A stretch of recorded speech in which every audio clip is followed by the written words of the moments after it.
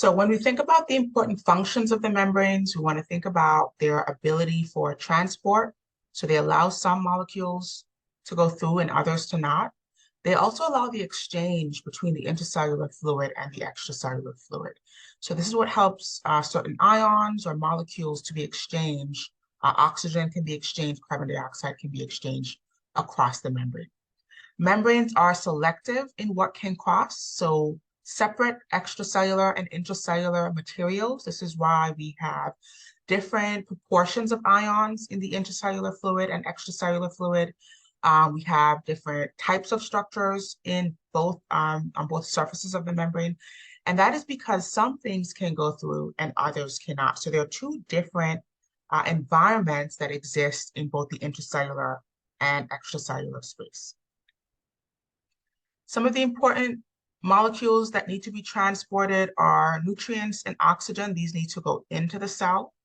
And then waste products, byproducts of metabolic processes, carbon dioxide as well, are some of the things that need to leave the cell and go into the extracellular fluid to be removed from the body. So exchange of important substances happens across the membrane.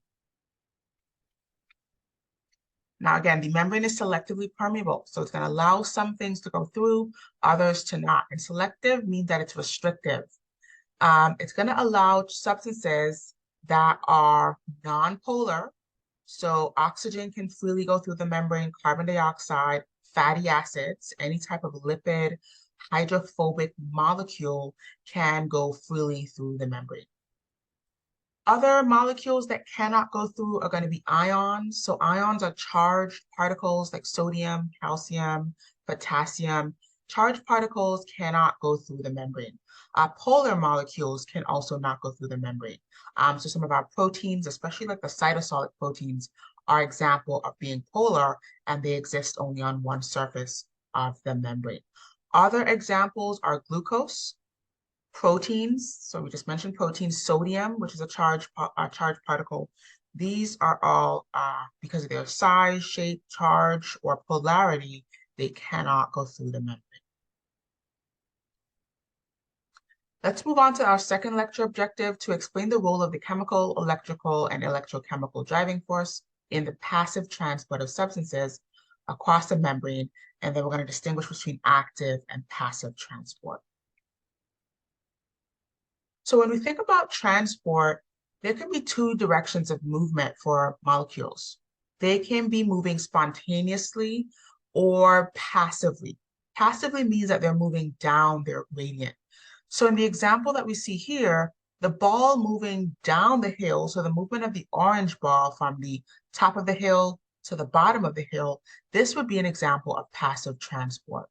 When particles move along their concentration gradient, or down their concentration gradient, that is an example of passive transport. That is also going to release energy as opposed to require energy. Active transport is going to be the opposite. So the orange ball trying to move up the hill, or sorry, the green ball trying to move up the hill is not spontaneous. It's not going to happen passively. It's going to require active movement. It's going to require energy input in order to get that ball to the top of the hill. So that is an example of active transport or non-spontaneous transport. Now we can begin to think about our driving forces. And our driving forces are forces that act on particles that encourage them or affect their ability to transport across the membrane. And so we have two types of driving forces. They can be chemical driving forces and electrical driving forces, or we can think about combining those, right? Because both forces are in fact acting on the same chemicals. If we combine those individual forces, we describe that as being an electrochemical force. And so the forces combined would be passive movement down the concentration gradient, right? Which is movement down the force, as well as active movement, which is movement against the force. Let's first start by describing and identifying the chemical driving force. It is based upon the concentration gradient. So the difference in the amount of particles on one side versus the other. So as long as we have a concentration gradient, we have a chemical driving force. And that is the force that wants to move the particles to be balanced, right? It's going to help move the particles from the higher concentration to the lower concentration in order for them to be at equilibrium across the membrane. Another way to say that is it's the force acting from higher to lower concentration, okay, or along the concentration gradient. So let's discuss or illustrate here what that is.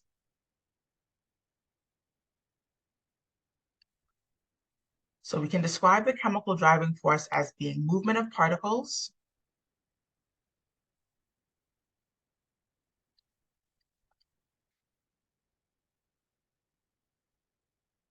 down their concentration gradient.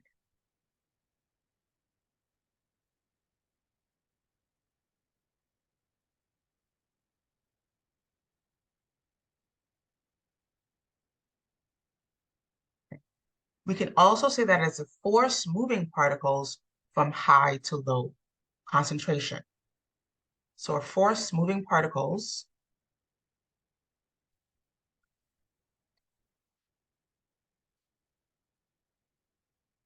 from high to low concentration.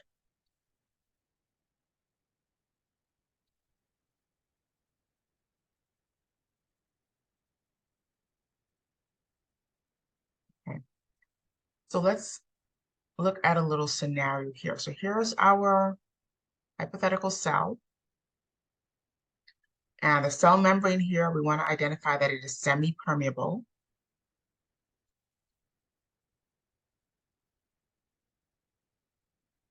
Okay, so it's going to allow some particles and not others. And we have a higher concentration of particle A. Let's put a little key here. So this is particle A. And we have a higher concentration of particle A on the outside of our cell.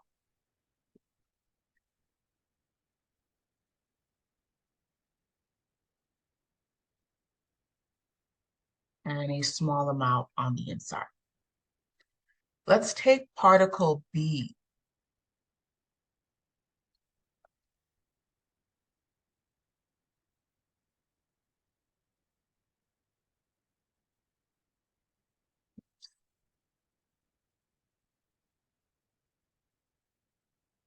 And particle B is a higher concentration on the inside of the cell and a lower concentration on the outside of the cell. So we can think about already driving forces, chemical driving forces that are acting on particle A and B respectively, but they're in two separate directions or two different directions. The chemical driving force that's acting on particle A is moving particle A into the cell. Because there's a higher concentration on the outside and a lower concentration on the inside, the direction of movement, right? It's a force that wants to move particle A inside the cell in order for there to be equilibrium and balance across the membrane. So this is the CDF. Oops. CDF on particle A.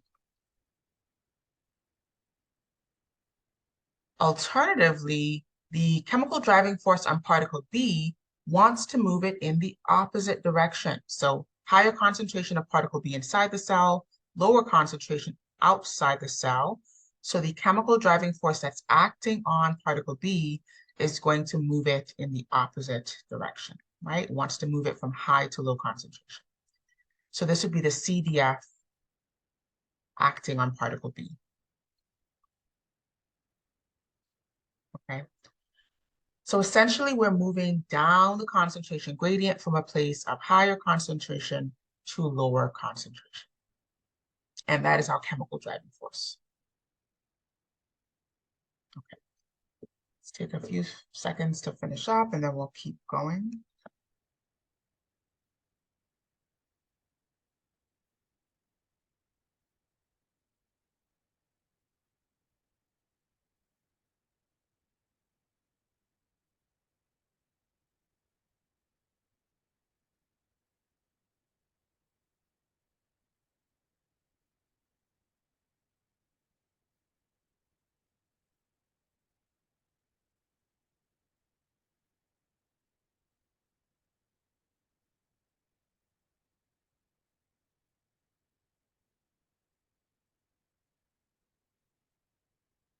All right.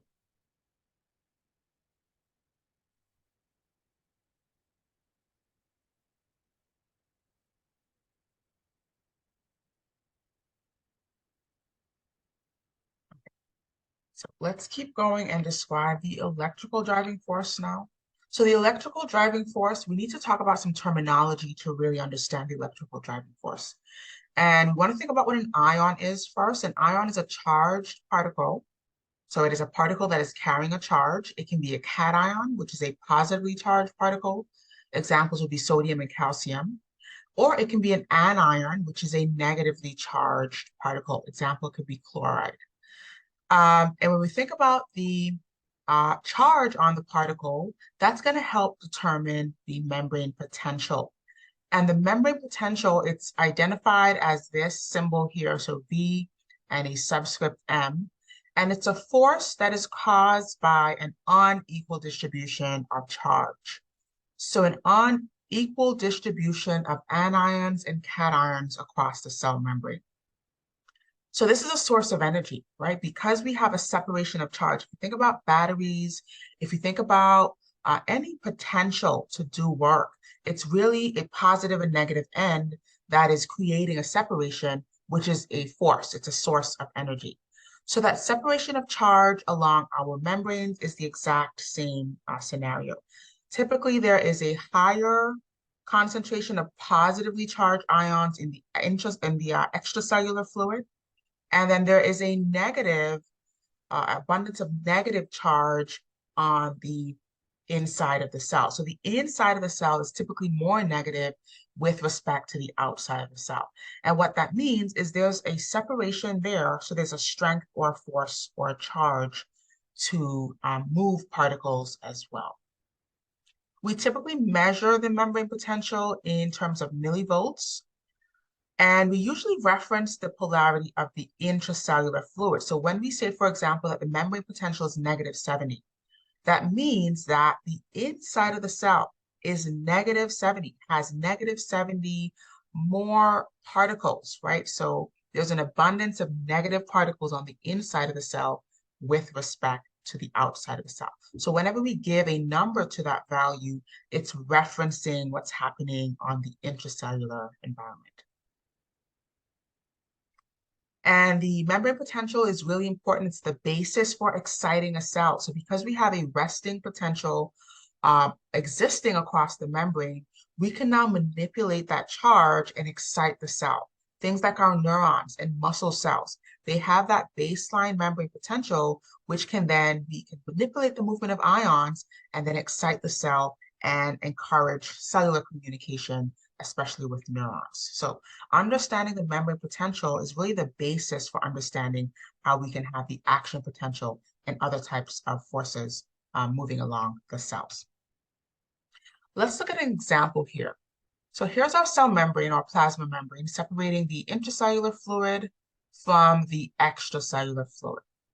And we can see that there's an excess of anions, right? So more anions are present in the intracellular fluid. And there's an excess of cations or positively charged ions in the extracellular fluid.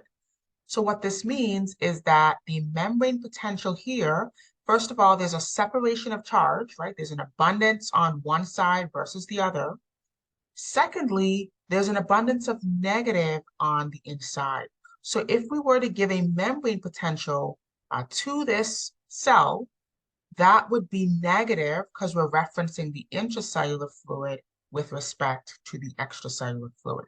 And then the number, the value or the magnitude of that force will be determined by the actual quantity of particles that exist on both sides.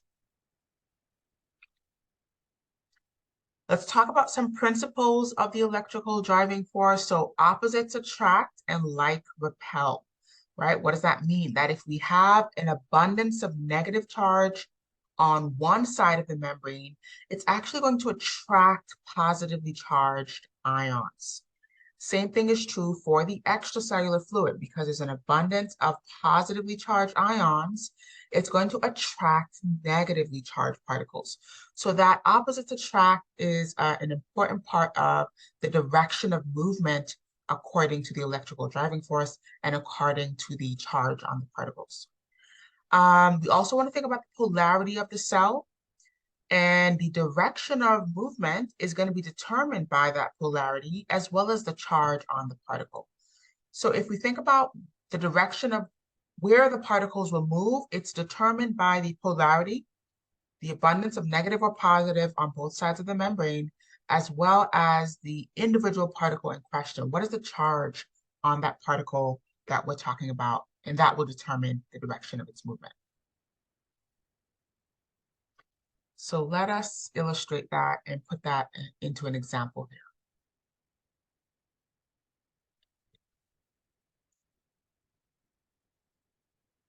Let's begin by describing the electrical driving force and some of the factors that will determine that. So the electrical driving force, we can say that it is dependent on, or it depends on, two things. One, the charge on the particle in question.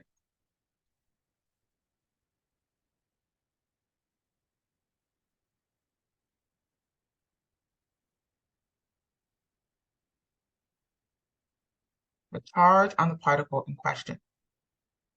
The second thing is the polarity of the cell.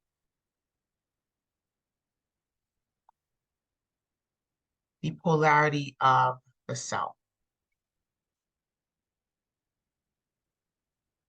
And when we say the polarity of the cell, this is also determined by the state of the cell. As I mentioned earlier, we can have resting state of the cell, we can have an excited state of the cell.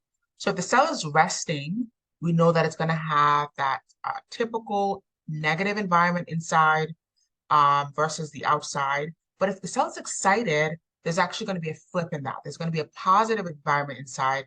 So that is also going to determine the movement. So the polarity of the cell, which is determined by the state of the cell. And when we say state, we mean resting,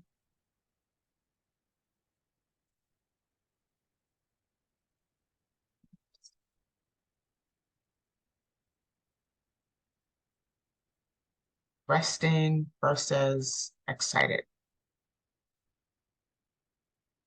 Okay, so let's look at two scenarios here. So let's look at a resting cell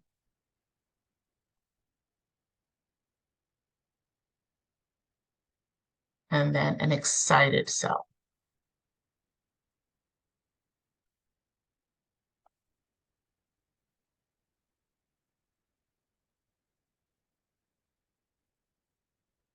And then we're going to look at our, again, particles and questions here. So now we're looking at ions. So these are charged particles. So we have, in a resting cell, we have an abundance of positively charged ions on the outside of our cell. This is the typical resting state of a cell.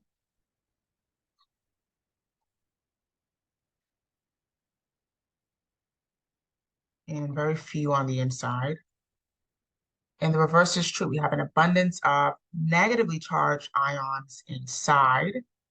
This is why our membrane potential at rest is typically on the negative side. And very few anions on the outside. Okay. Now, if we take a particle, for example, like chloride, all right, let's take chloride, for example. Chloride is a negatively charged particle. So if we think about the two factors that we said, the charge on the particle in question, chloride being negative, and the polarity of the cell, the fact that there's an abundance of negative inside, positive outside, the electrical driving force acting on chloride is going to want to move chloride out of the cell. Why? Because opposites attract. And chloride, being negatively charged, wants to get away from the negative environment and move toward the positive environment. Okay. If we took another ion, if we took sodium as another example, sodium is a positively charged ion. So let's put sodium here. And because sodium is positively charged, it's going to want to get into the negative environment that exists on the inside of the cell. So the electrical driving force acting on a charged particle like positive particle like sodium would want to move it inside the cell according to that opposites attract, right? Now, this is the example for the resting cell. When we have an excited cell, that kind of flip-flops. So let's look at what happens with an excited cell. An excited cell has an abundance of positive charge inside because now we have the movement of ions on the inside of the cell and then very few positive ions outside.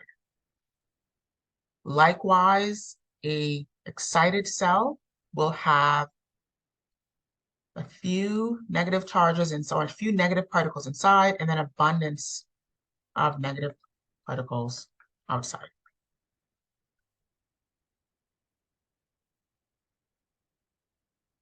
Okay.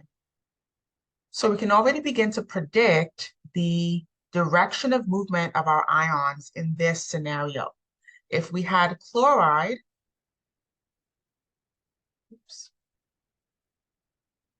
chloride, for example, we should already begin to predict the direction of chloride's movement. Again, chloride is negatively charged, so chloride is going to want to get into the cell.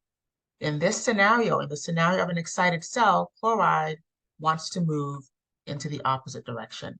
And then same is true for sodium. Sodium being positively charged is going to want to get away from that abundance of positive charge and move to the outside of the cell, right? So that is chloride, and this is the direction of sodium's movement. Okay, so this is what we mean by the electrical driving force. So we talked about the chemical driving force. It's the force that wants to move particles based on their concentration gradient only. So nothing to do with their charge. That was the chemical driving force. The electrical driving force is based on the charge. So it's based on the polarity of the cell, which is the separation of charge, as well as the charge on the individual particle that we're thinking about and the movement of that particle.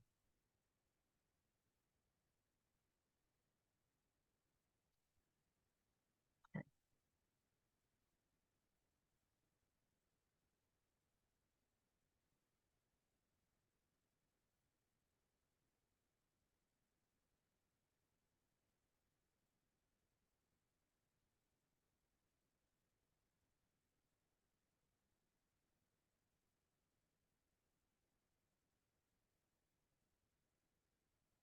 Okay.